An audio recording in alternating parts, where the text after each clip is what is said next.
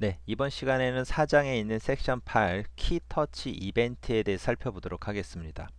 안드로이드 애플리케이션은요, 크게 두 가지로 구성이 되어 있다고 보시면 됩니다. 하나는 사용자한테 뭔가 보여주는 거, 그리고 다른 하나는 사용자로부터 뭔가 입력을 받는 겁니다. 네, 그쵸. 사용자한테 뭔가 보여주고 사용자한테 뭔가 입력을 받는 이 두 가지만 잘하게 되면 애플리케이션은 충분히 좋아질 수가 있을 겁니다. 자, 그래서 이번 시간에는 사용자로부터 어떻게 입력을 받을 수 있는지, 즉 사용자가 이벤트를 발생시켰을 때 그거를 어떻게 받아들일 수 있는지에 대해 살펴보도록 하겠습니다. 이러한 키 이벤트 관련해 가지고 준비된 것들이 바로 이런 것들이 있습니다. 보시면 on 클릭 리스너라는 게 있고 on 크리트 콘텍스트, on 포커스, 키, 롱 클릭, on 터치 이렇게 있습니다. 즉, 요 말 그대로 단어 그대로 이해를 하시면 돼요. 클릭은 안드로이드 폰에서 사용자가 터치를 했을 때, 즉 살짝 클릭을 했을 때 늘 반응하는 거고요. 그 다음에 크리트 콘텍스트 같은 경우는 꾹 눌렀을 때 컨텍스트 메뉴가 뜨는 겁니다. 이거는 나중에 살펴보게 될 거예요. 그 다음에 on focus change는 뭐냐면 사용자가 뭔가 포커스를 하고 있던 게 변경이 됐을 때, 그 다음에 키 리스너는 사용자가 뭔가 키보드에서 입력을 했을 때, 그 다음에 롱 클릭은 클릭인데 조금 더 오래 클릭을 했을 때, 그 다음에 온 터치는 사용자가 터치를 했을 때. 자, 지금 보시면 온 클릭과 온 롱 클릭과 온 터치는 모두 다 화면을 터치를 하는 건 동일해요. 근데 이 클릭과 터치라는 건 좀 구분해서 생각을 하셔야 되는데 어떤 거냐면 클릭이라는 거는 버튼 같은 걸 클릭을 했을 때라고 보시면 맞고요. 터치라는 거는 그냥 어떤 뷰든 살짝 건드렸을 때를 의미한다고 보시면 됩니다. 어떻게 보면 상당히 비슷하지만 해당 뷰에 따라서 다른 의미를 가질 수가 있어요. 네, 그 정도로 이해를 하시면 되는 거고요. 자, 각각의 메소드에 대한 설명들은 교재에 잘 나와 있으니까 하나씩 좀 살펴보도록 하시고요. 자, 우리는 이번 시간에 버튼에 클릭 이벤트를 붙이는 방법에 대해서 살펴보도록 하겠습니다. 그래서 이런 버튼을 클릭을 했을 때 뭔가 동작을 하게 하면 되는 거예요. 자, 그렇게 클릭 이벤트를 붙이는 방법은 세 가지가 있습니다. 익명 클래스를 사용해서 버튼의 리스너 객체를 설정하는 방법이고요. 두 번째는 버튼 리스너를 액티비티에 구현을 하고 이 액티비티를 버튼에 설정하는 방법입니다. 세 번째는 레이아웃 XML 파일에 있는 onClick이라는 속성을 정의를 하는 방법이에요. 네, 그래서 세 가지 방식은 실제 요 두 가지는 자바 문법에 기인해서 생기는 방법이고요. 요거하고 이렇게 크게 두 개는 안드로이드 문법상에 기인하는 방식이라 보시면 됩니다. 네, 그래서 한 가지 한 가지 좀 살펴볼게요. 자, 어떤 거를 만들 거냐면요. 에디트 텍스트를 하나 붙이고 버튼을 붙이고 텍스트 뷰를 붙일 겁니다. 그래서 사용자가 여기다 뭔가 입력을 하고 입력 버튼을 딱 클릭하는 순간 여기에 입력된 것이 텍스트 뷰에 보여지게 만들 거예요. 네. 자, 일단 레이아웃은 간단하게 이렇게 작성하시면 되겠죠. 에디트 텍스트 하나, 버튼 하나, 그쵸? 그 다음에 텍스트 뷰 하나 작성을 하시면 됩니다. 그쵸? 자, 보시면 첫 번째 방식으로 하시면 익명 클래스를 사용한다는 건 뭐냐면요. 이런 식으로 작성을 하겠다는 겁니다. 네. 자, 실제 자바 코드를 좀 볼게요.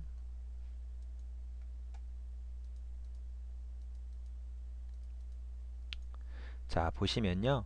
버튼이라는 걸 find view by id로 찾아왔고 거기다가 set on click listener에서 이렇게 하나의 클래스를 붙이고 있어요. 우리 일반적으로 어떤 클래스를 생성하기 위해서는 이렇게 선언을 하고 그거를 new 연산자 사용해서 객체를 쓰잖아요.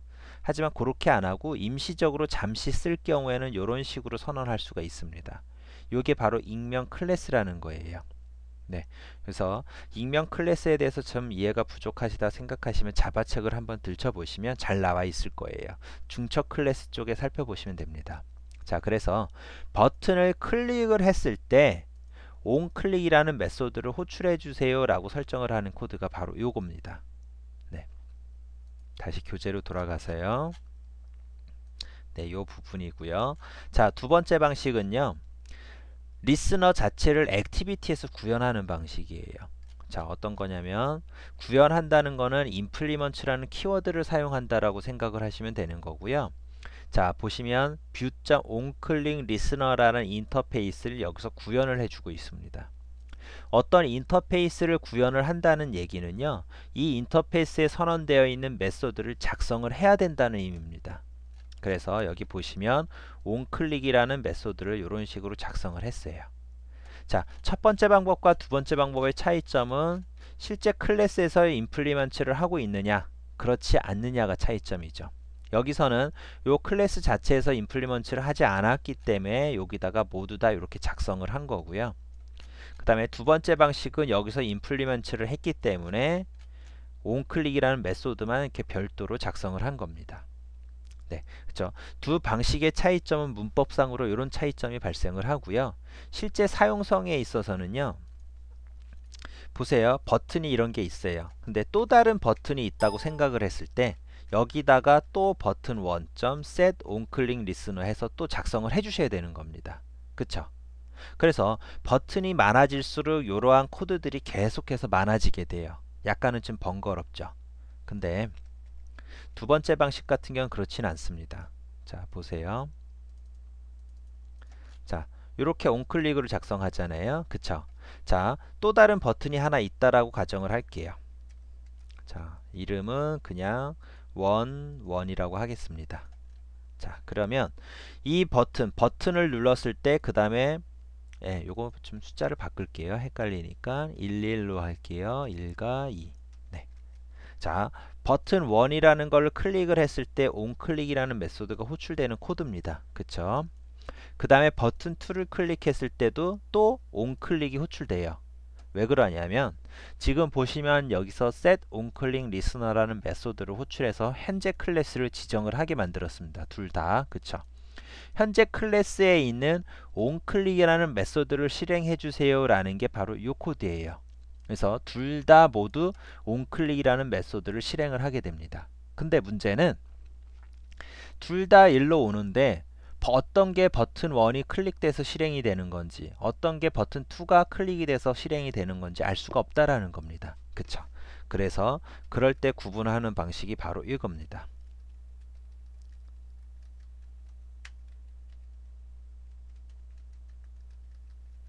네, 요런 코드. 요런 코드를 작성을 하게 되면요. 네, 이거 V의 현재 ID를 얻어와서 그 ID가 실제 요 ID랑 같은지를 비교를 해요. 네. 그러면 요 두 개를 비교를 해서 맞다면 어떤 처리하고 아니면 다른 처리를 하면 되겠죠. 지금 우리는 이거 다 버튼입니다. 하지만 실제로는 여기 1, 2가 되어 있어야 되겠죠.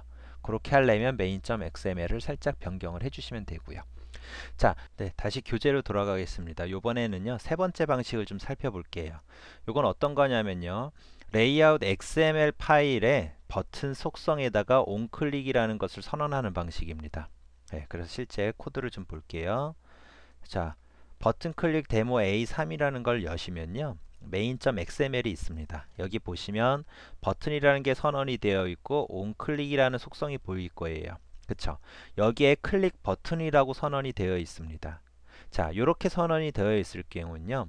이 main.xml을 실제로 사용하는 액티비티에 있는 클릭 버튼이라는 이름을 가진 메소드를 실행을 해줘요.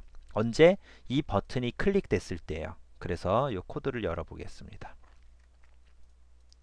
자, 열어보시면요. 클릭 버튼이라는 메소드가 선언이 되어 있어요. 그쵸? 요거는 퍼블릭으로 선언하시면 되고요. 그 다음에 어떤 버튼이 클릭됐는지 알 수 있도록 이렇게 뷰를 하나 선언해 주시면 됩니다. 그래서 요 버튼에서 버튼이 클릭됐을 때 해야 되는 일들을 여기다 작성을 해 주시면 되는 거예요. 예, 어렵지 않죠?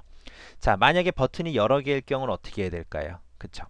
요 경우에도 마찬가지로 이렇게 쉽게 할 수 있습니다. 2번이라고 할게요. 자, 보시면 버튼과 버튼 2는 모두 다 onClick 속성에 클릭 버튼이라고 지정을 해놨어요. 그쵸? 자, 그러면 다 모두 클릭 버튼이라는 게 실행이 될 거고 여기서 어떤 건지 분리만 해주시면 되는 겁니다. 그쵸? 그래서 if은 v.getId가 r.id.button 같다면 어떤 처리를 하고 else if v.getId가 r.id.button2라면 어떤 작업을 하자. 이렇게 작성만 해주시면 되는 겁니다. 그쵸, 어렵지 않죠? 그래서 세 가지 방식을 살펴봤고 첫 번째 방식과 두 번째 방식은 자바 문법상에 의해서 분류가 되는 방식이라고 설명을 드렸습니다. 그쵸? 그렇기 때문에 편한 방식을 사용하시면 되는데 첫 번째 방식 같은 경우 교재 다시 볼까요? 자, 첫 번째 방식 같은 경우는 매번 요런 코드를 작성을 해줘야 되기 때문에 코드의 양이 많아지는 문제가 있기 때문에 가끔씩 클릭 버튼, 즉 한번 사용하고 안 쓸 경우에만 이런 식으로 작성을 하시고요. 매번 뭔가 써야 되는, 매번 뭔가 호출돼야 되고 어떤 버튼들이 많아서 다 추가를 해야 되는 경우라면 두 번째 방식으로 이렇게 해서 작성을 하실 것을 추천을 드립니다. 권장을 드려요. 자, 세 번째 방식도 마찬가지로 그냥 단순하게 처리하고 싶을 때 사용을 하시면 됩니다. 네, 그렇게 이해를 하시면 될 것 같고요. 그 다음에 교재 마지막 쪽에 보시면 팁택이라고 해가지고 플러스 아이디, 그냥 아이디, 안드로이드 이렇게 써놨는데요. 자, 간단하게 보시면 플러스라는 건 뭔가 추가한다는 의미를 갖고 있잖아요. 그렇죠? 그래서 새로 추가한 리소스 아이디라고 보시면 됩니다. 그 다음에 골뱅이 아이디 같은 경우는 이미 추가가 되어 있어서 그거를 사용하고자 할 때 쓰는 거라고 보시면 됩니다. 그 다음에 골뱅이 안드로이드라고 붙은 거는 이거는 예약되어 있는 리소스 아이디입니다. 그래서 함부로 쓰는 게 아니에요. 요거를 실제 사용하는 예제는 나중에 교재에서 다시 살펴보게 될 겁니다. 네, 오늘은 여기서 마치도록 하겠습니다. 수고하셨습니다.